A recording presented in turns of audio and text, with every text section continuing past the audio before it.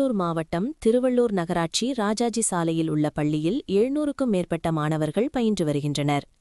அரசு பள்ளிகளில் தற்போது மாணவர் சேர்க்கை அதிகரித்து வரும் நிலையில் இங்கே போதிய இடவசதி இல்லாததால் கூடுதலாக மாணவர்களை சேர்க்க முடியாத நிலை இருந்து வந்தது.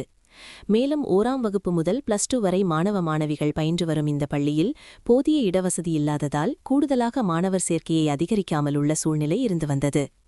இதனால் கூடுதல் கட்டிடம் கட்ட பள்ளி நிர்வாகம் சார்பில் மாவட்ட நிர்வாகத்திற்கு கோரிக்கை விடப்பட்டது.